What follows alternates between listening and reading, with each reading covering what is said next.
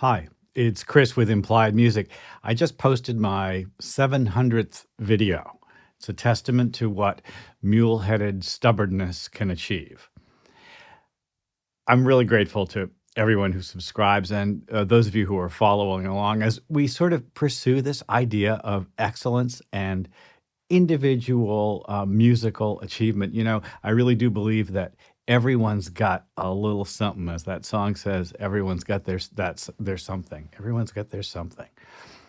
Listen, in celebration of the 700th, I thought I'd revisit a piece of Bach's that I've looked at before, but it's well worth taking another sort of closer inspection. I think I did it at the acoustic piano without any analysis, screen analysis, and it's something that has always impressed me, this simple, almost minimalist approach to a series of chords, like a chord progression, really. It's the first piece in a major work of Bach's called the Well-Tempered Clavier, the Well-Tempered Keyboard. Bach lays out in two books 48 pieces of music in each major and minor key, preludes and fugues. The first piece, the Prelude in C, in some respects really differs from all the others. I want to take a look at it today.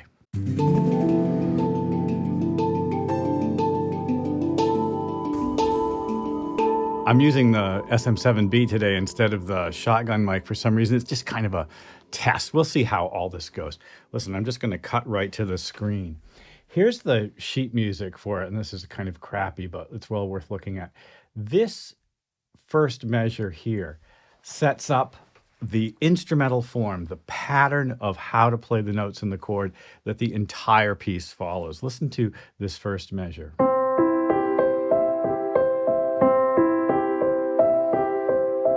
That pattern won't change until the very end of the piece. 1, 2, 1, 2, 3, 1, 2, 3. 1, 2, 1, 2, 3, 1, 2, 3. It's sort of the opposite of the classic American pop rhythm. 1, 2, 3, 1, 2, 3, 1, 2, 1, 2, 3, 1, 2, 3, 1, 2. The chord progression in the first four measures goes, we saw a C chord, and then this measure here is, I guess, an inverted D minor 7.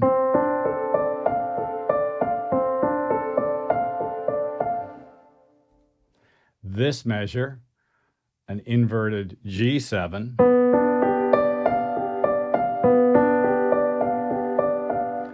And of course, that's basically 2-5-1. The next measure goes back to the C that we heard first. Well, it's just 1, 2, 5, 1. 1, an inverted 2, D minor 7, an inverted 5, 7, and then back to 1.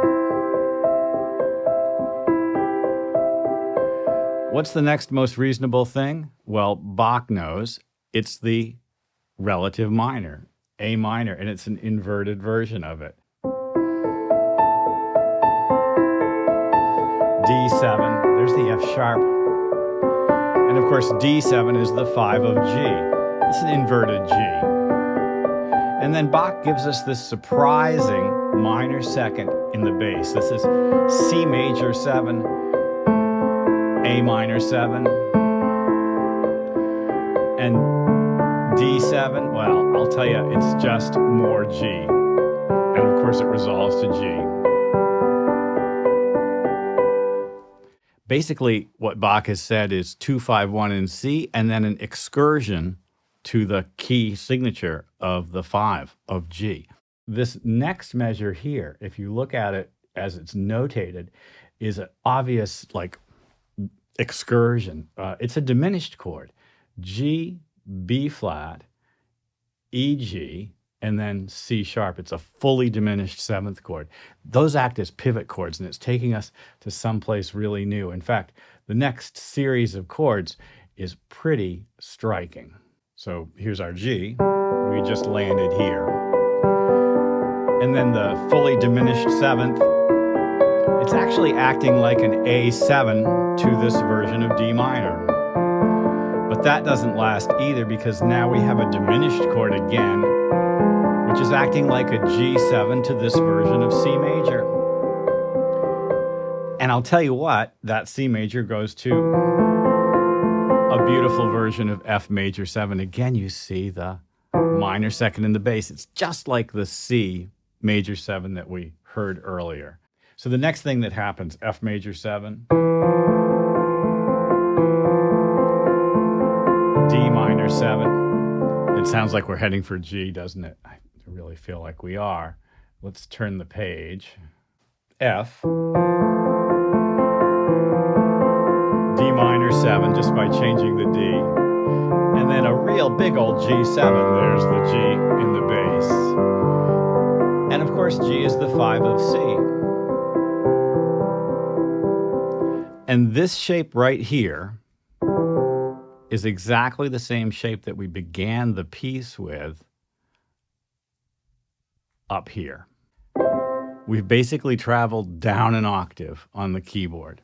Well, the second page is a little extreme and gets very, very exciting. He's building tension, and you'll see what I mean when we get to this pedal point, G.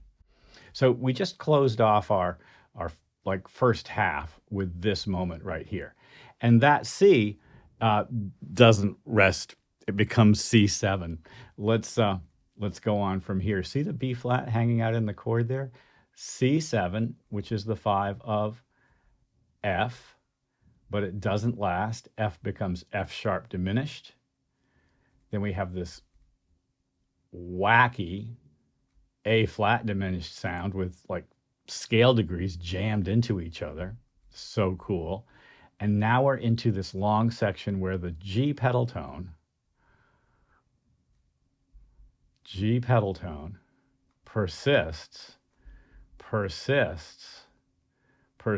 before finally resolving to C. You'll see what I mean. It's very dramatic. It's Bach in his most epic. Well, here's our C. This is where we landed, remember? And that becomes C7. F major 7. I love that E on the top. There's the F sharp diminished. It's a pivot chord. And then this very restless A flat diminished, G7. And the G stays in the bass for a C. G sus, G7, beautiful diminished chord here. You can feel it reaching to this very wide, and this is sort of the most spread out version of the C chord that we hear in the piece, back to G sus,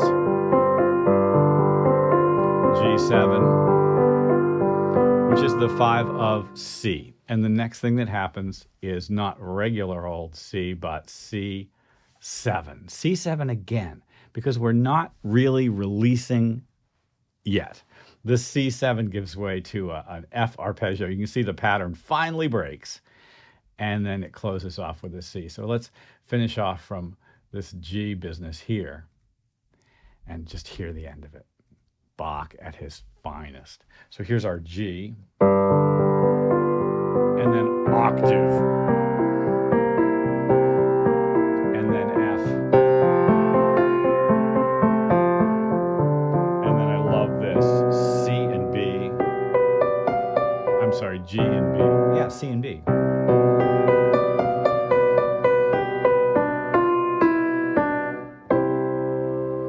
Wow, that's C and B at the end.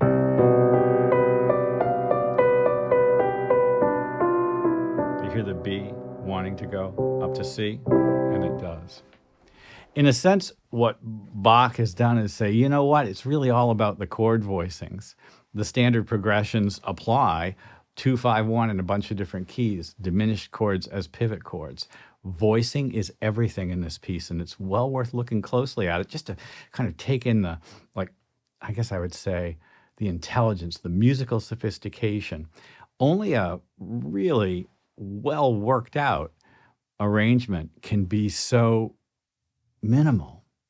It's one of the staples of sort of intermediate piano repertoire, and yet it's also like, in my estimation, just a great example, like a high level example of beautiful harmony and voice leading.